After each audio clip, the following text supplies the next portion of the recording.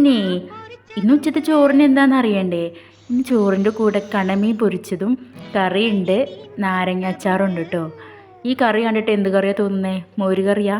ഇന്ന് മോര് കറിയല്ല കേട്ടോ, പടുകൂട്ടാൻ എന്നൊക്കെ പറയില്ലേ, അങ്ങനെ ഞാൻ എൻ്റെതായ സ്റ്റൈലിൽ ഉണ്ടാക്കിയ പടുകൂട്ടാനായിട്ട്. നമുക്ക് എങ്ങനെ ഉണ്ടാക്കാൻ നോക്കിയാലോ? ഉരുളക്കിഴങ്ങ് ഇതാ 2 ദിവസമായി ഫ്രിഡ്ജിലിരിക്കാൻ തുടങ്ങിയിട്ട്, 2 ദിവസമല്ല 3-4 ദിവസമായി. അപ്പോൾ ഇനി ഇരുന്നാൽ കേട് വന്നപ്പോൾ ഇപ്പം തന്നെ നീലം പാഞ്ഞു. നീലം പാഞ്ഞു എന്ന് പറഞ്ഞാൽ ഇടയ്ക്കിടയ്ക്ക് ഒരു നീല വര കണ്ടില്ല, അതായിട്ട് നീലം പാഞ്ഞു എന്ന് പറയണേ. ഇനി വെച്ച് പുളക്കിഴങ്ങും കറുവത്തും കായലോട്ട് ആവശ്യത്തിന് ഉപ്പും 3 തണ്ട് കറിവേപ്പിൻ്റെയും 5 ചീനമുളകും ആവശ്യത്തിന് മഞ്ഞൾപ്പൊടിയും പിന്നെ ഒരു സവോളൻ്റെ പകുതി എടുക്കുക, അത് 4ആക്കിയിട്ട് അരിഞ്ഞിടുക. പിന്നെ ഒരു തക്കാളി, 2 പച്ചമുളക്. കാരണം നമ്മൾ ആദ്യം എടുത്ത 5 ചീനമുളകില്ലേ, അത് എരിവേ ഉണ്ടാവില്ല, അതുകൊണ്ടാണ് എക്സ്ട്രാ 2 മുളകും കൂടെ ആഡ് ചെയ്ത് കേട്ടോ. അപ്പോൾ ഇത് വേവുന്ന സമയം കൊണ്ട് നമുക്ക് തേങ്ങ പൊളിച്ചിട്ട് വരാം കേട്ടോ. എന്നാൽ വാ തേങ്ങ പൊളിക്കാം.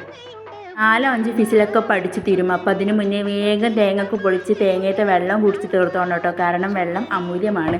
അപ്പോൾ തേങ്ങ വെള്ളം ആയാലും കുടിച്ച് തീർത്തോണ്ടു. അപ്പോൾ നമ്മളെടുത്ത് 2 കഷ്ണം തേങ്ങയില്ലേ, അതായത് 2 മുറി തേങ്ങയത്തെ ഏറ്റവും ചെറിയ മുറി എടുത്തോണ്ടു. അടുത്ത മുറിയിലോട്ട് ഒരു സ്പൂണ് പെരുംജീരകം കൂടെ ആഡ് ചെയ്തിട്ട് വേണം അരക്കാൻ. അങ്ങനെ വെന്ത കഷ്ണത്തിലോട്ട് ഈ അരച്ച അരപ്പ് ചേർത്ത് കൊടുക്കുക കേട്ടോ.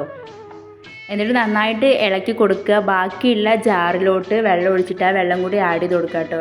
നല്ല വെള്ളം ഒഴിച്ച് കൊടുക്കണം, കാരണം ഈ പുളക്കിഴങ്ങും കറുവത്തും കായൊക്കെ അത്യാവശ്യം നല്ലോണം വെള്ളം കുടിക്കുക. അപ്പോൾ നല്ലോണം കുറുകി വരും കറി, അപ്പോൾ നല്ല വെള്ളം ഒഴിച്ച് കൊടുക്കണം. എന്നിട്ട് ഒന്നും കൂടെ തിളപ്പിച്ച് കൊടുത്തിട്ട് കടുകും ഉലുവയും കറിവേപ്പിലയും ഇട്ട് ഒന്ന് തൂമിച്ചെടുത്ത് കഴിഞ്ഞാൽ ഇതേപോലത്തെ അടിപൊളി പടുകൂട്ടാൻ കറി നല്ല സൂപ്പറായിട്ട് ഉണ്ടാക്കാൻ പറ്റും കേട്ടോ. അപ്പം ഇനി ഇങ്ങനെ ട്രൈ ചെയ്യാത്തവർ എന്തായാലും ഇങ്ങനെ ട്രൈ ചെയ്ത് നോക്കിയിട്ട് കഴിച്ചുകൊണ്ട് നല്ല അടിപൊളി ടേസ്റ്റാണ്. അത് ചൂടോടുക്കനെ കഴിക്കണം കേട്ടോ. കൂടെ ഇതേപോലെ ഒരു നാരങ്ങ അച്ചാറും കൂടെ ഇട്ട് സൂപ്പറാണ്. അപ്പം ഇനി മറ്റൊരു വീഡിയോയിൽ പിന്നെ കാണാം.